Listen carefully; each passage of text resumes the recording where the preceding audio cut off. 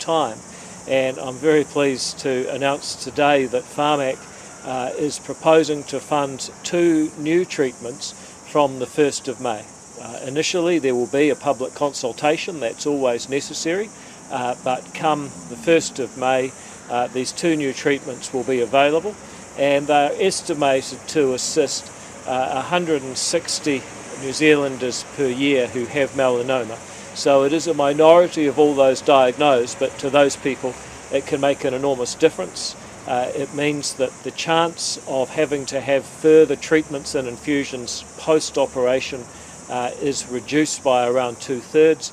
It's estimated that around 1,000 hours a year will be saved from the health system for infusion thanks to these new treatments.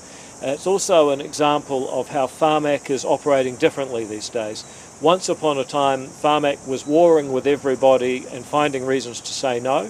Today, Pharmac asks itself how it can say yes to save more lives and get more treatments funded. And this is the 3rd example in 3 weeks after announcements around Trikafta and blood cancer medicines that Pharmac is showing how it can do more with less by being more efficient and making savings and economies elsewhere in its budget. So very proud of the way that Pharmac is performing. Very pleased to be able to make this announcement today that will make a real difference to what is sadly a very Kiwi disease. And also very grateful to be able to welcome Dr. Sonia Bodley from Melanoma New Zealand, who may have a few things to say. She's the expert and somebody who has devoted a huge amount of time and talent to this cause.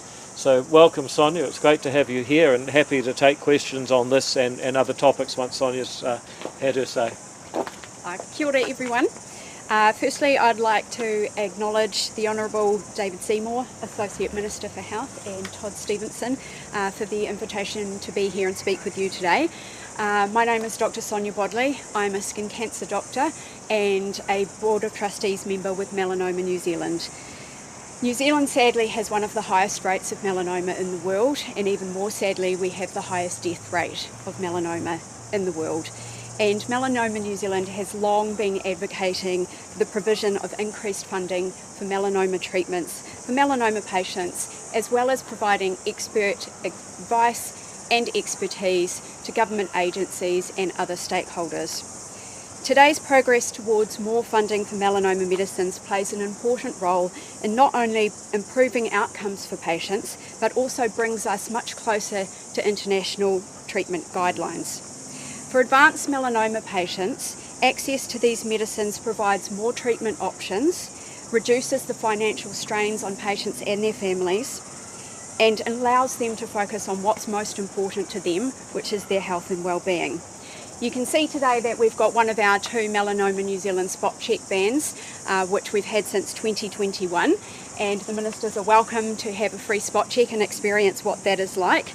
And since 2021, Melanoma New Zealand has provided over 30,000 free spot checks to Kiwis throughout the country, detecting approximately 4,000 skin cancers, 1,000 of which are predicted to have been melanoma. Now, these numbers show that there is a need for a targeted national screening program focused on the early detection of skin cancer and in particular melanoma. Now, there's no doubt that early detection saves lives, and we would urge all political parties to come together in a coalition to recognise the need for this program and to scope out possibilities for this. Finally, I'd like to acknowledge all the people in New Zealand who are suffering from melanoma and their families, and acknowledge those that are sadly no longer with us.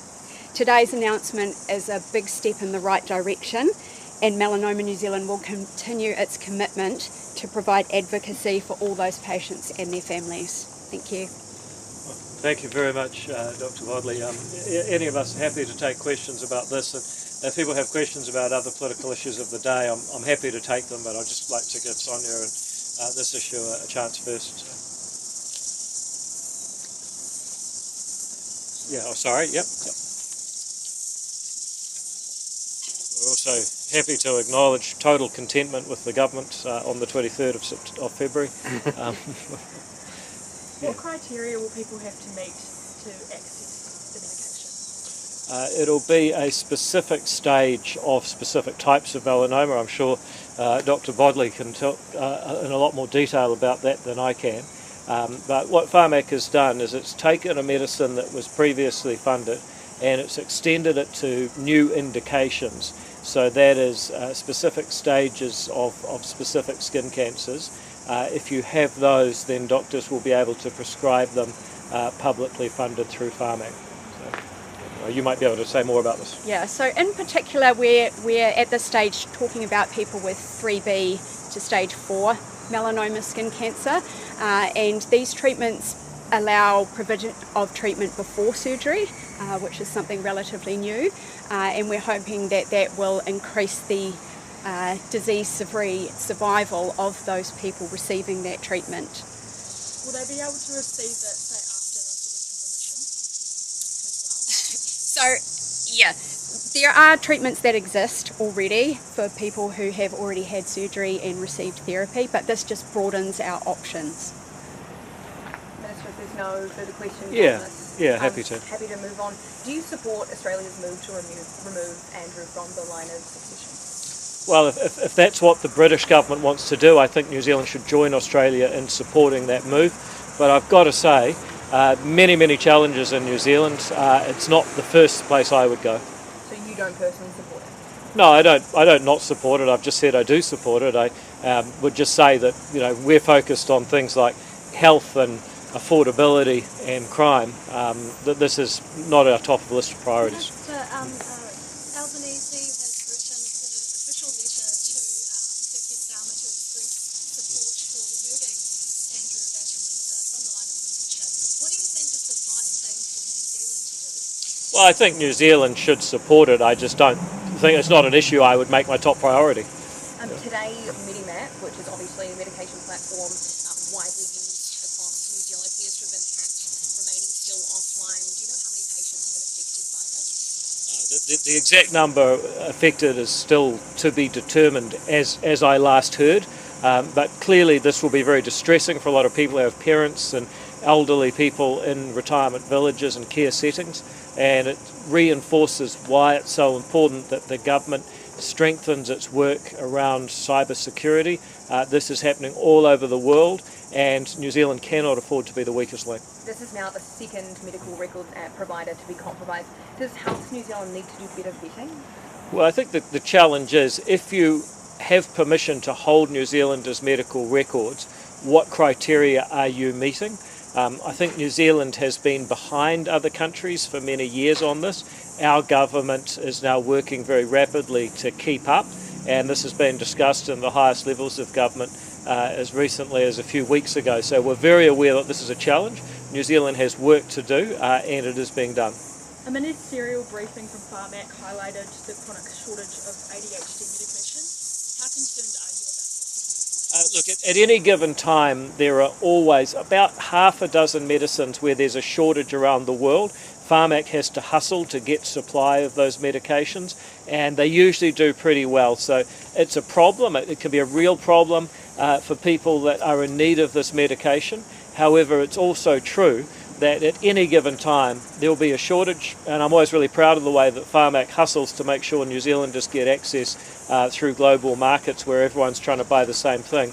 We went through this a few months or about a year ago with hormone replacement therapy. That created some real anguish for people who missed out on these vital medicines, and yet Pharmac eventually managed to get back on top of supply, and I'm sure that they will do that with this too.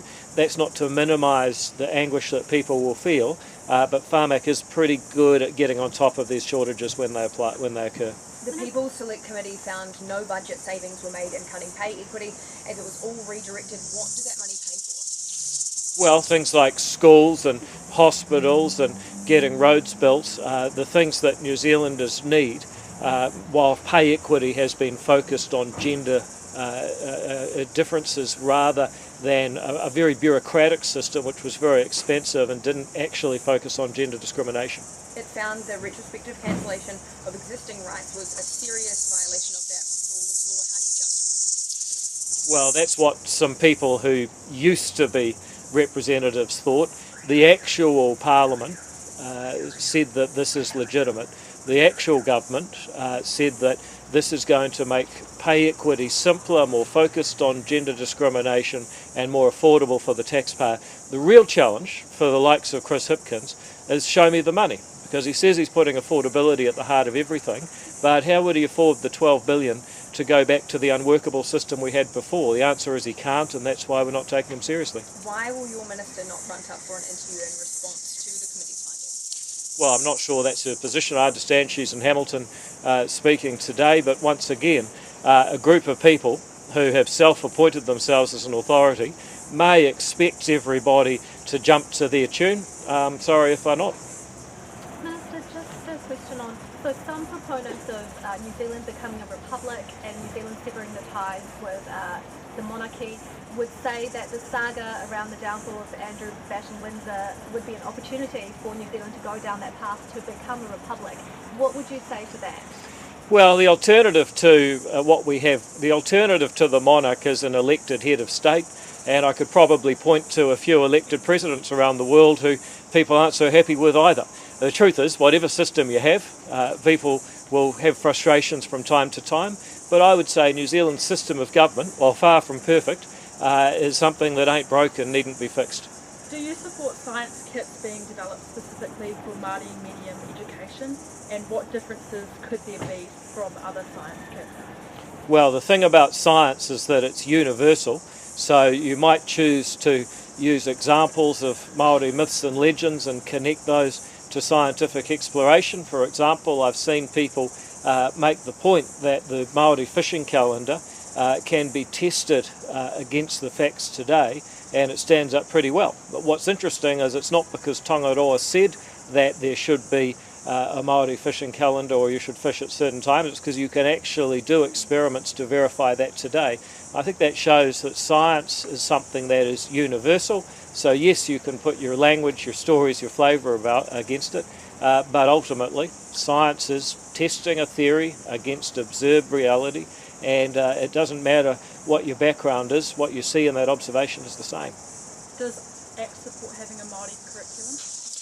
Well, we certainly have one, and it is an official language, so people have the choice to learn in either language. We've opened 5 Māori-led charter schools this year, and if people want that option, they should have it. What we oppose is when some people who don't want to learn a Māori curriculum or don't want to do 10 karakia before breakfast are forced to as part of someone else's social engineering.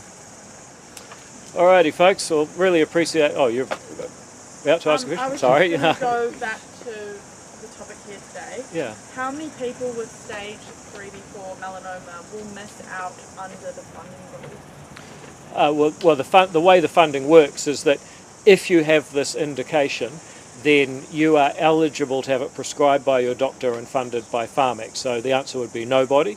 Of course, it does depend on your doctor making the diagnosis and giving the prescription. That I would never interfere in. But if the doctor does that, then it's good to go from the 1st of May. If the results aren't as strong as hoped, will you review or pull the funding? Well, we're constantly reviewing what Pharmac funds and how effective it is. That's why we're able to make savings and fund new things like this, even when we don't put in extra taxpayer money. That's one of the things I'm really proud of Pharmac doing. They're making savings elsewhere to fund new things. But, you know, when you fund a cancer drug for melanoma, it's pretty unlikely that you would stop funding that. That seems like not something that we'd want Pharmac to be doing. When we were elected, we had a massive fiscal cliff. We put in nearly $2 billion of extra taxpayer money precisely so we wouldn't have to stop funding anything. That's generally how we've rolled.